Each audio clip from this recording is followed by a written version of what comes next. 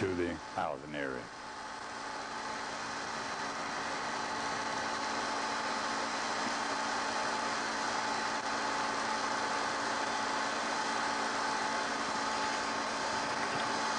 Tank farm.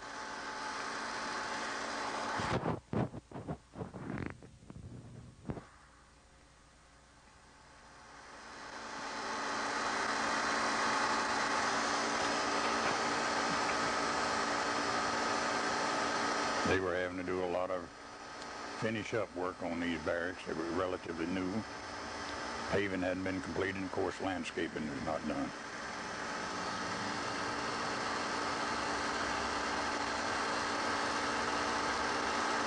The older section where you can see their lawns had been sodded.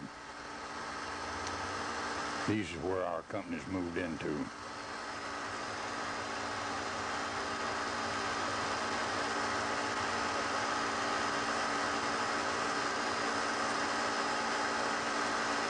Those are the hills they referred to as mountains back then.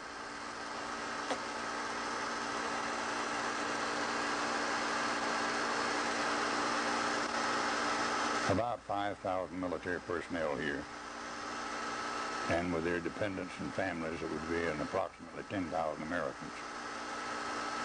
More than half of them had to have housing in the city of Stephenville, so the base housing did not furnish sufficient for as many as half of them.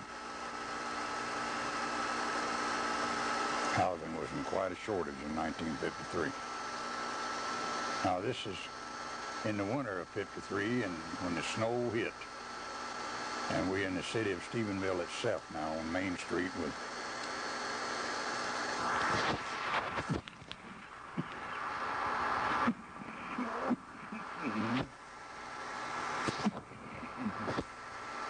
excuse me.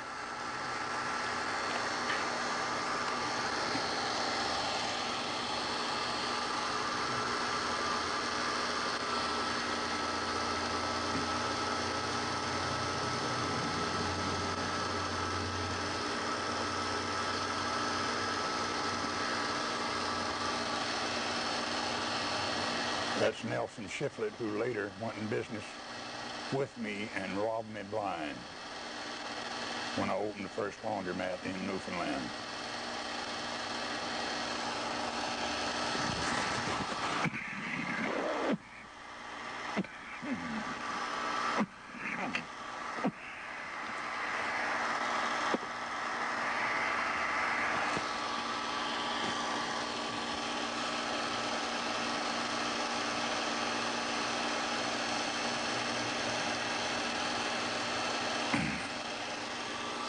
And there was a lot of snow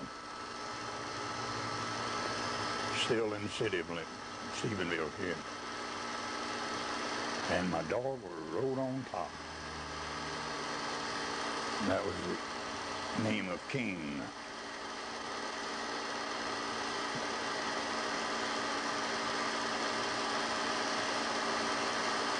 This dog didn't like us outside taking pictures.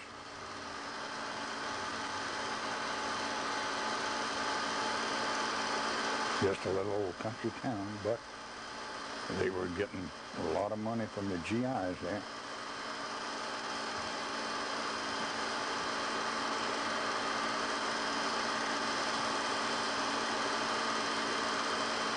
This is Cormier's Hotel. He, at that time, was about the wealthiest man in Stephenville. Of course, having 23 kids might have had something to do with it. That's Russell's Plumbing, and he had the only trailers, but it wasn't a park. Each man had to go in, dig his own septic tank, put it in, drill a well to get water, and put his own electricity in. And not too many GIs could afford to do that. That's what motivated me to put in the first trailer park, which I did, and I had 46 trailers moved in there.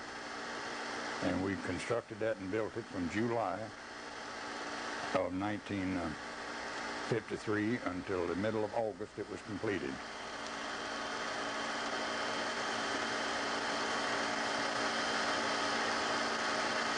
Of course, they kind of referred to me as somebody robbing the base to do all that, but I didn't.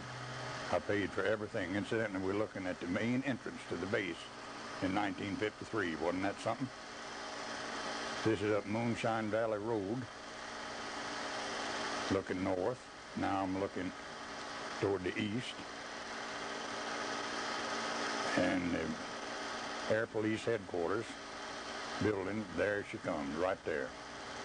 You had to go in there to get passes to get people to go into the base that didn't have a decal on the car. Beautiful, lovely weather. That's the base theater.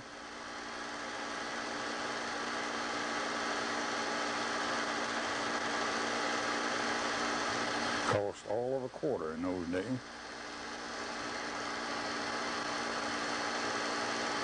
Looking back toward town.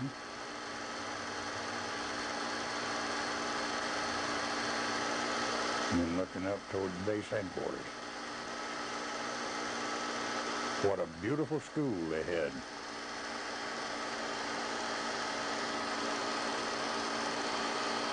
There is your base headquarters, right there.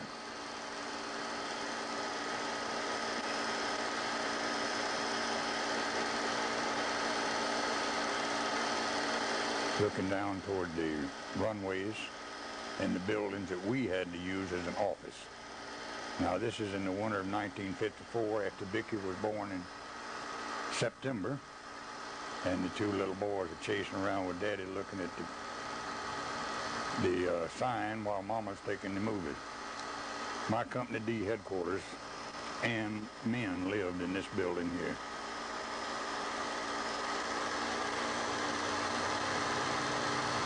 And that was the base, shall we say, officers' quarters.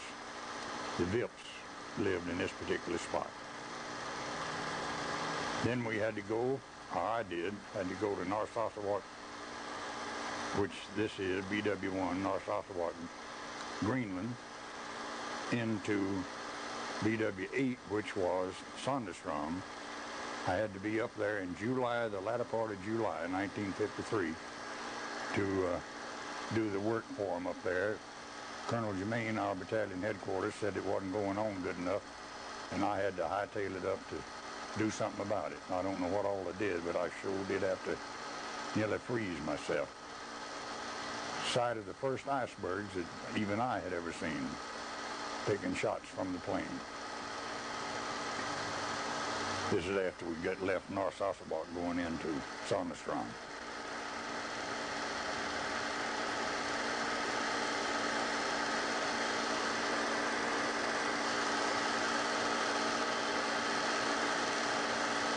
There were a few of them.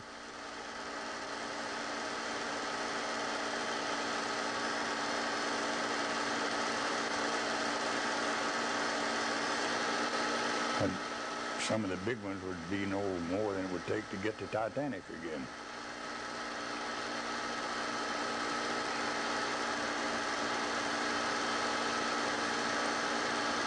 Now we're approaching the landing area in Sonderstrom.